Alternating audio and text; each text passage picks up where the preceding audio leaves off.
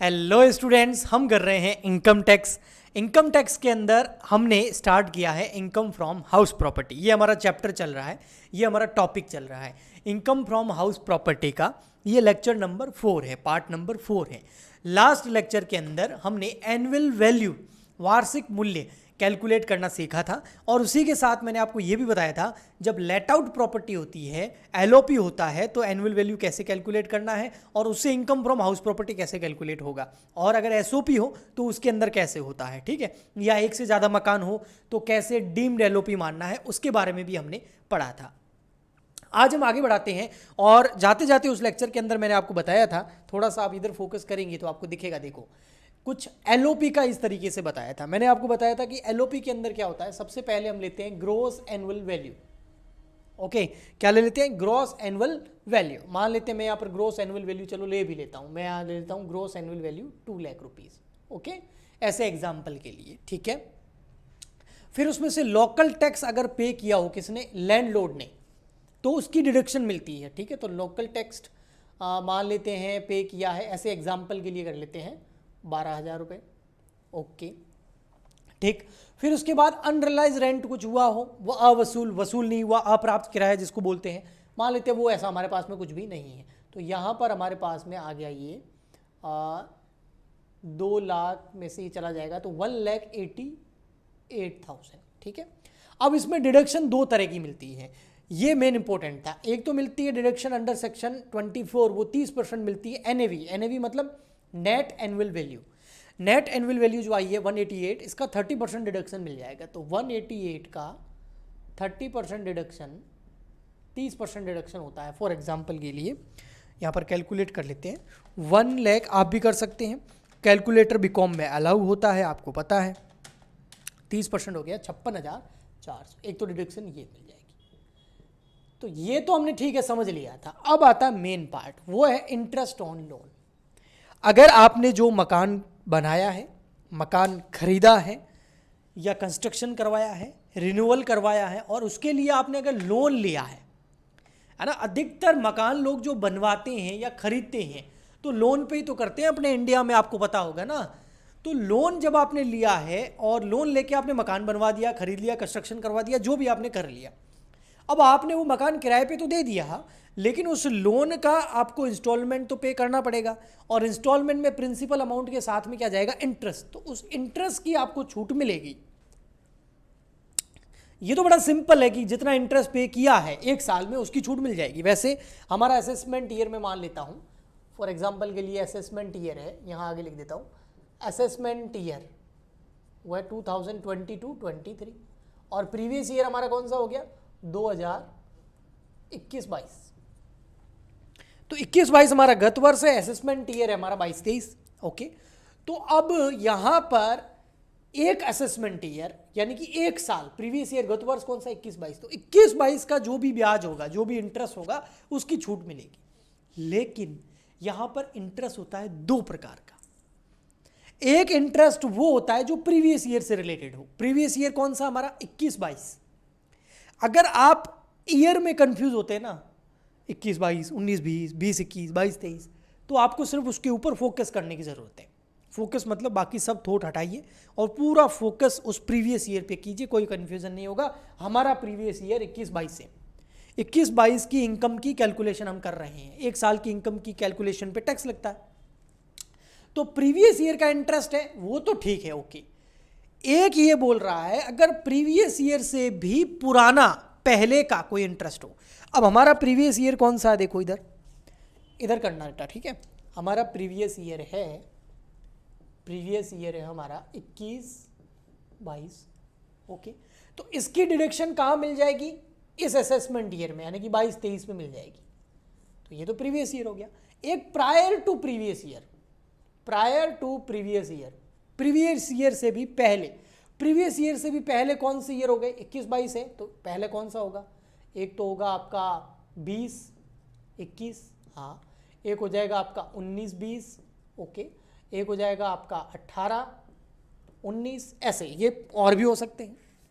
तो ये बोल रहा है अगर प्रीवियस ईयर से पहले के कोई ईयर है, ठीक है, ये रहे सामने, इनका अगर इंटरेस्ट है तो उसकी भी छूट हम इस ईयर में दे देंगे।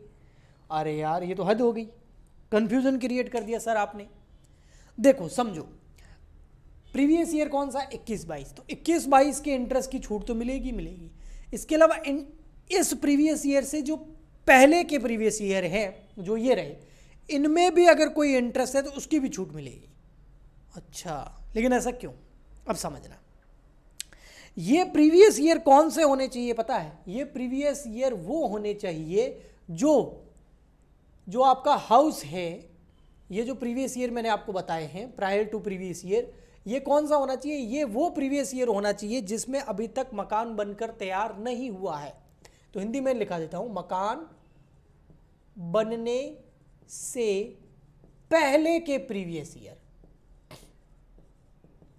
या फिर मकान खरीदने से पहले के प्रीवियस ईयर।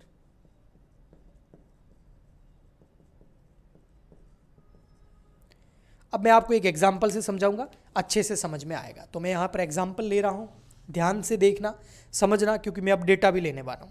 मान लेते हैं फॉर एग्जांपल के लिए, यहां पे देखिए 1 अप्रैल 2019, 1 अप्रैल 2019 को लिया लोन। क्या लिया, इस डेट को क्या लिया, लोन लिया, ऋण लिया। ओके, और लोन लेकर के हमने क्या किया, लोन लेकर के हमने मकान बनाया, और मकान हमारा बनकर के जो तैयार हुआ, वो डेट बड़ी इंटरेस्टिंग है।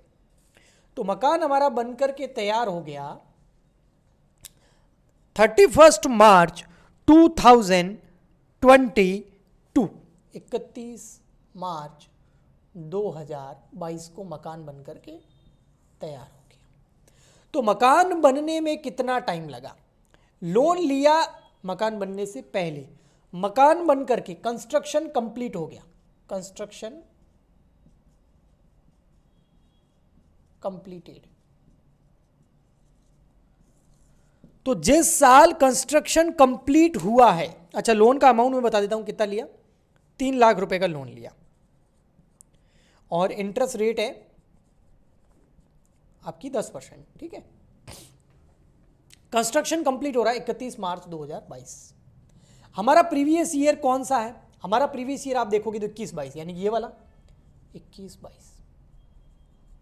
तो 21-22 का जो भी इंटरेस्ट होगा वो कितना होगा, 21-22 में कितना इंटरेस्ट पे किया होगा, 3 लाख का 10%, कितना हो गया, 30,000। इसकी तो डिडक्शन मिल जाएगी, इसकी तो 1 साल की डिडक्शन मिल जाएगी, क्योंकि हमारा असेसमेंट ईयर है 22-23 और हमारा प्रीवियस ईयर 21-22। मकान बनकर तैयार कब हुआ, 31 मार्च 2022। तो पिछले प्रीवियस ईयर में कंप्लीट हो गया, तो प्रीवियस ईयर कौन सा हो गया, 21-22। 1 अप्रैल 2021 को स्टार्ट हुआ, 31 मार्च 2022 को कंप्लीट हुआ। और प्रीवियस ईयर का, हमारे इस असेसमेंट के प्रीवियस ईयर में जो भी इंटरेस्ट बन रहा है कितना, 30,000, वो तो बिल्कुल डिडक्शन मिल जाएगी। इधर करना, देखो उसकी डिडक्शन तो बिल्कुल मिल जाएगी, इधर देखना, यहाँ लिख देंगे हम सीधा, ये रही 30,000, इसमें कोई प्रॉब्लम नहीं है, ये डिडक्शन मिल जाएगी। लेकिन हमने लोन कब लिया था, हमने लोन तो पहले लिया था, बहुत कब लिया था, 1 अप्रैल 2019। तो देखो 2 तरह के और ईयर बच गए ना, एक तो बच गया 19-20 का इंटरेस्ट, वो भी तो हमने पे किया है, ओके। एक बच गया 20-21 का इंटरेस्ट, वो भी तो हमने पे किया है। तो ये वही तो है, प्रीवियस ईयर को छोड़कर उससे पहले के ईयर ले लो, और उन ईयर में मकान बना नहीं था लेकिन लोन लिया हुआ था, तो उन मकान जब बना ही नहीं था तो किराए पे दिया ही नहीं होगा, और किराए पे दिया ही नहीं होगा तो डिडक्शन कहां से मिलेगी भैया। मकान बनकर तैयार होगा, फिर किराए पे देंगे, फिर वहां से कमाई होगी, फिर ही तो डिडक्शन मिलेगी। तो यहां तो मकान बनकर तैयार हो गया, तो उस साल का जितना इंटरेस्ट मिलता था उसकी तो डिडक्शन मिल गई, इनकी डिडक्शन अभी तक मिली नहीं है। और यहां इंटरेस्ट कितना होगा, वही 3 लाख का 10%, 30,000 इधर का और 30,000 इधर का, तो ये दोनों मिलके कितना हो गया, 60,000। तो मकान बनकर के तैयार होने वाले प्रीवियस ईयर को छोड़कर, मकान बनकर तैयार होने वाले प्रीवियस ईयर को छोड़कर उससे पहले के जो ईयर है उसमें इंटरेस्ट कैलकुलेट करो कि कितना है, वो इंटरेस्ट कितना है, 60,000। ये 5 ईयर तक इसमें डिडक्शन मिलेगी, कितनी, 5 किस्तों में। तो 60,000 में 5 का डिवाइड कर दो, कितना हो गया, 12,000। 5 सालों तक 12,000 डिडक्शन मिलेगी। तो इस साल कितनी मिलेगी? 12,000। तो ये 12,000 आ गया। तो टोटल हमारी डिडक्शन कितनी हो गई? 42। तो इस साल डिडक्शन कितनी मिल गई? 12,000। 12,000 इस साल, मतलब अगर असेसमेंट ईयर देखूं तो कौन सा? 22-23। फिर 23-24 में कितनी मिलेगी? 12,000। फिर 24-25 में कितनी मिलेगी? 12,000। फिर 25-26 में 12,000। फिर 26-27 में 12,000। ऐसे करके कितने साल तक? 5 साल तक ये डिडक्शन मिलेगी। तो 5 साल तक डिडक्शन कौन सी मिलती है? कौन से ब्याज की 5 साल तक डिडक्शन मिलती है? प्रीवियस ईयर के ब्याज की नहीं। जिस साल मकान बना है उसके प्रीवियस ईयर को छोड़ दो। मकान बना 21-22 में, तो ये प्रीवियस ईयर छोड़ को इसकी पूरी डिडक्शन मिल जाएगी 30,000। उससे पहले के जो भी ब्याज है उनकी टोटल कर लो, ये रहे ब्याज, और इनकी डिडक्शन 5 साल तक मिलेगी। 5 इंस्टॉलमेंट में, 5 किस्तों में मिलेगी। आई होप आपको समझ आ गया होगा। और मैं यहाँ पर इसमें से लेस करता हूँ, लास्ट में कंक्लूजन जरूर दूंगा मैं आपको। तो 188 माइनस 56,400 माइनस 30,000 माइनस 12,000, तो ये आ गया आपका इनकम फ्रॉम हाउस प्रॉपर्टी 89,600। बस यही इंटरेस्ट के बारे में मैं समझाना चाहता था। अब ये सब छोड़ो और मेरी तरफ देखो। 3-4 चीजें हैं।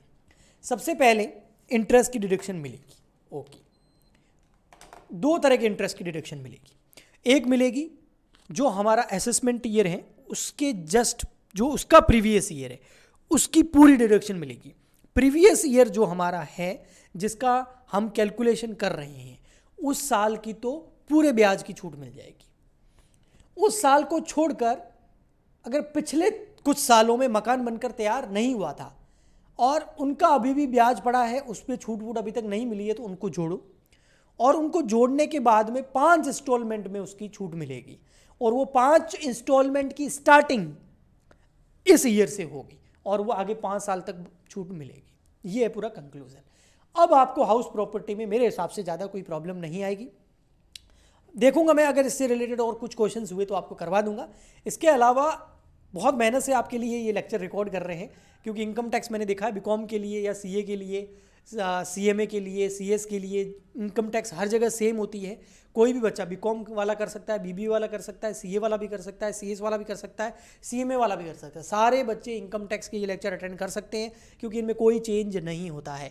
यूट्यूब पे बहुत कम लेक्चर इनकम टैक्स के अवेलेबल हैं, इसीलिए हमने ये प्लेलिस्ट बनाई है और इसको हम कंटिन्यू करेंगे। तो अगर आपको ये लेक्चर अच्छा लगा है तो लाइक करें, ज़्यादा से ज़्यादा शेयर करें, अगर सपोर्ट करना चाहते हैं तो सब्सक्राइब करें, अगर कंटिन्यू देखना चाहते हैं तो, और अच्छा लगा है तो कमेंट करके या अपना सजेशन भी हमें बता सकते हैं। हम मिलते हैं नेक्स्ट वीडियो में। आज के लिए इतना ही, तब तक के लिए बाय बाय।